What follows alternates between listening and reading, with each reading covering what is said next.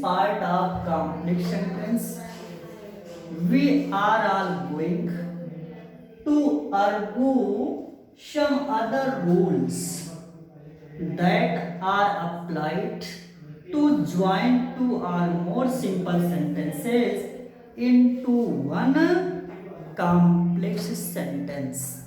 Understood? Besides 5 ways of working by noun class, there is the need of knowing these rules also.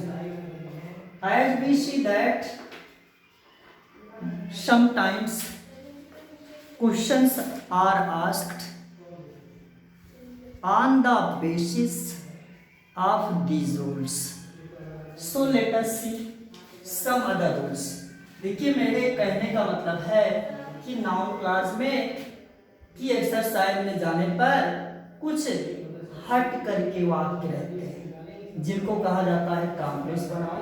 वो किस तरह के sentences रहते हैं और उनकी क्या पहचान है, उनको कैसे जोड़ेंगे, इसी के बारे में हम लोग डिस्कशन करेंगे आज इस पार्ट में।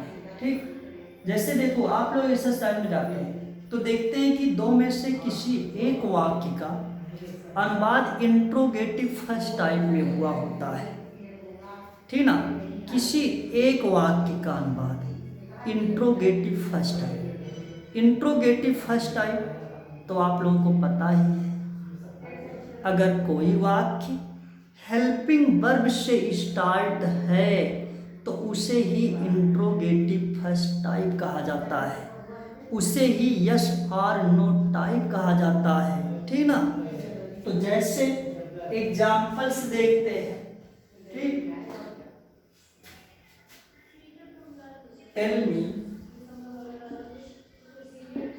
Do you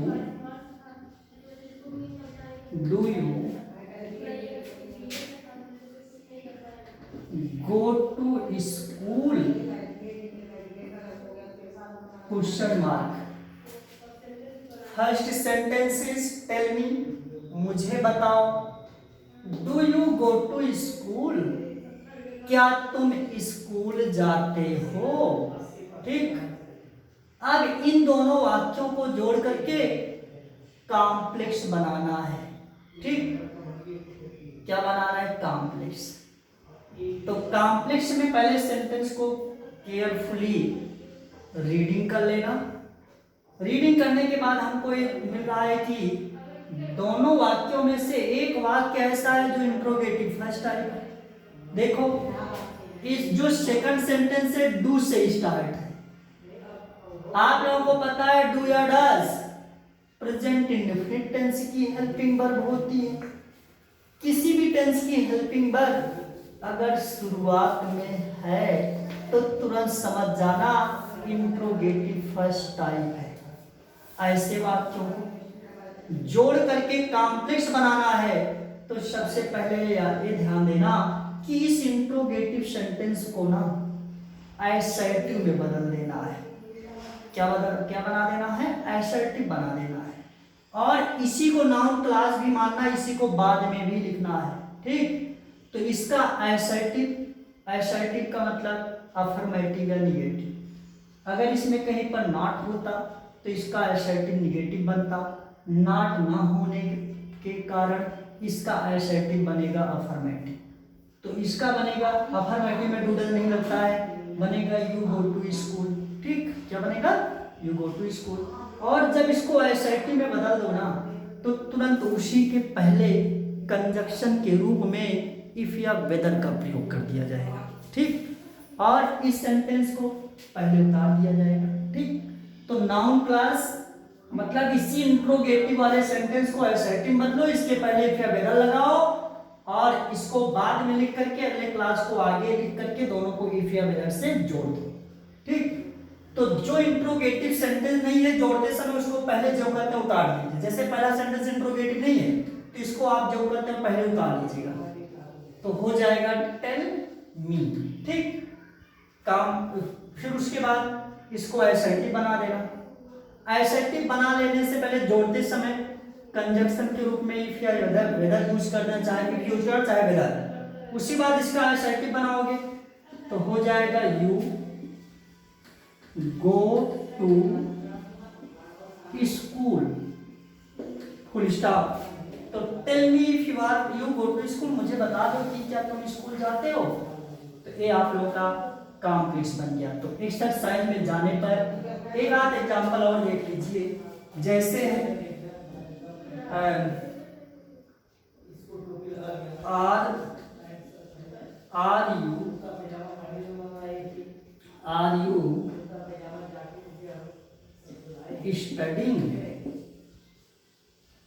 are you studying, question mark, क्या तुम पढ़ रहे हो।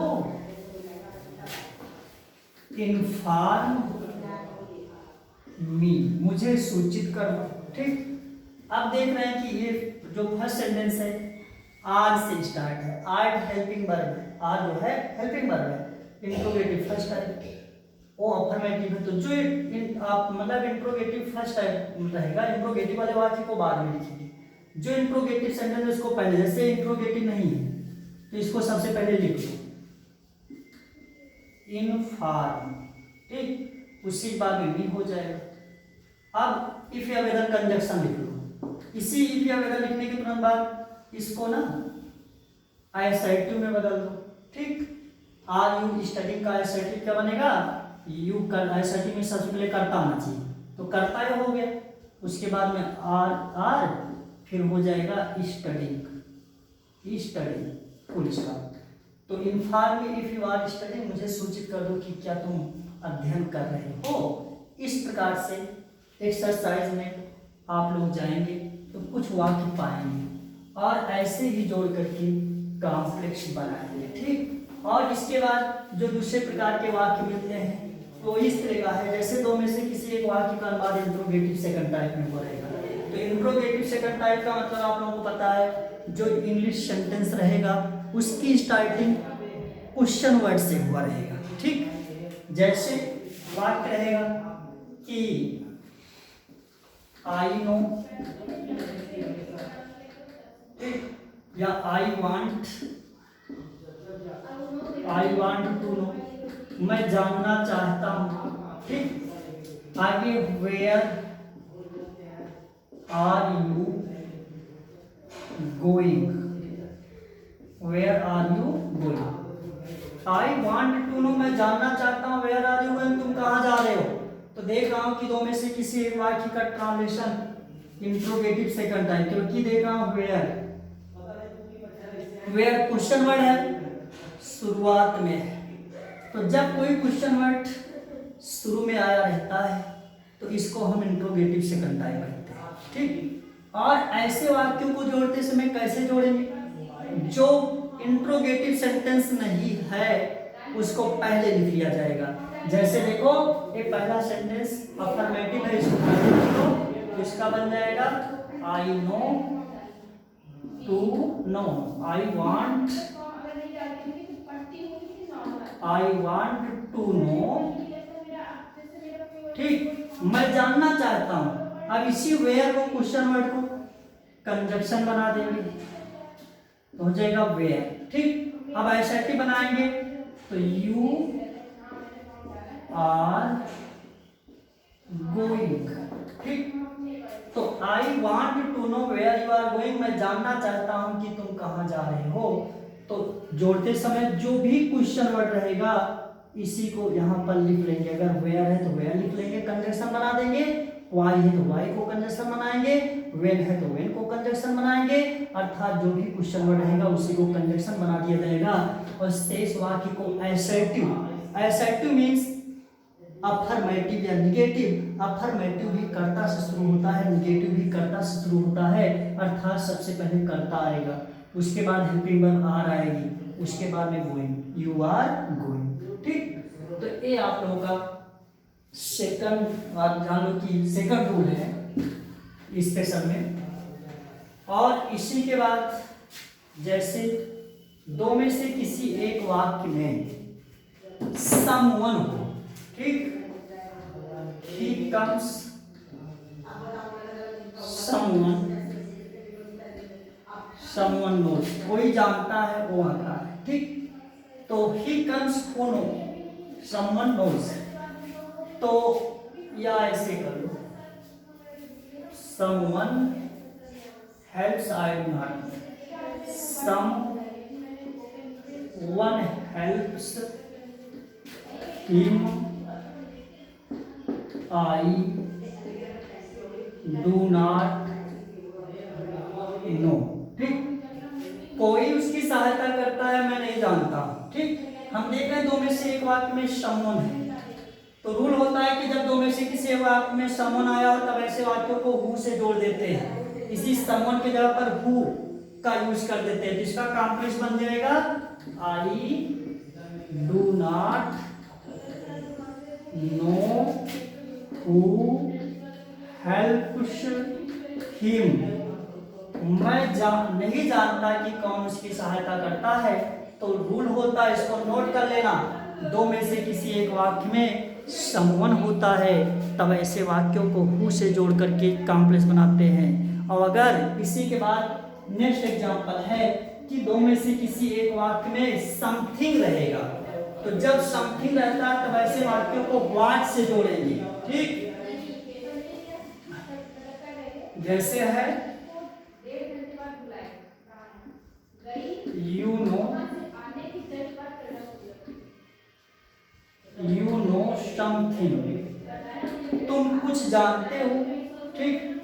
टेल मी, मुझे बता दो, टेल मी, देख रहा हूं कि दो में से किसी एक वाक्य में समथिंग आया, ठीक। तो इंपरेटिव सेंटेंस कभी भी नाउन क्लॉज नहीं होता, इसलिए इसको पहले लिखेंगे। तो टेल मी से बाद कंडीशन व्हाट आ जाएगा, समथिंग की पहचान है व्हाट के आने का, और तुम जानते हो यू नो।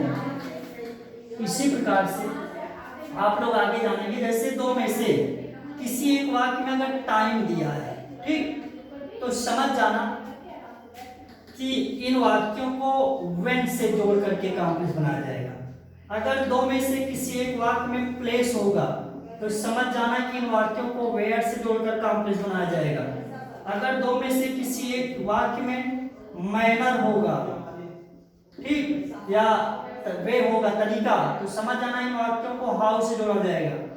और अगर दो में से किसी एक वाक्य में रीजन होगा तो समझ जाना रीजन या काज, तो समझ लेना होगा कि वाक्यों को वाई से जोड़ करके कॉम्प्लेक्स बनाया जाएगा, ठीक। और इनसे जोड़ते समय, इन कंजक्शनों से जोड़ते समय इनको हटा दिया जाएगा, रिमूव कर दिया जाएगा, ठीक। टाइम को हटा देंगे, प्लेस को हटा देंगे। जैसे मान लो एक एग्जांपल देख लो यहाँ पर, आई नो द टाइम, मैं समय जानता हूं। आगे है ही कम्स, वह आता है, ठीक। मैं समय जानता हूं, आता है, तो दो में से किसी एक वाक्य में टाइम है, तो टाइम को हटा करके व्हेन से जोड़ दो। I know when he comes, मैं जानता हूं कब वो आता है, ठीक। इस तरह से आप लोगों का जो नाउन क्लास से जोड़ करके कॉम्प्लेक्स बनाया जाता है, ठीक, वो कंप्लीट होता है, ठीक। और अब इसी के बाद नाउन क्लास को वो क्या कहते हैं, सिंपल वाक्यों को जोड़ करके कॉम्प्लेक्स बनाने की जो आप लोगों की दूसरी विधि है, जिसे हम लोग कहते हैं by using adjective class. Adjective class का डिस्कशन इसी सिंथेसिस के कॉम्प्लेक्स सेंटेंस के नेक्स्ट पार्ट में जो है करते हैं, ठीक ना।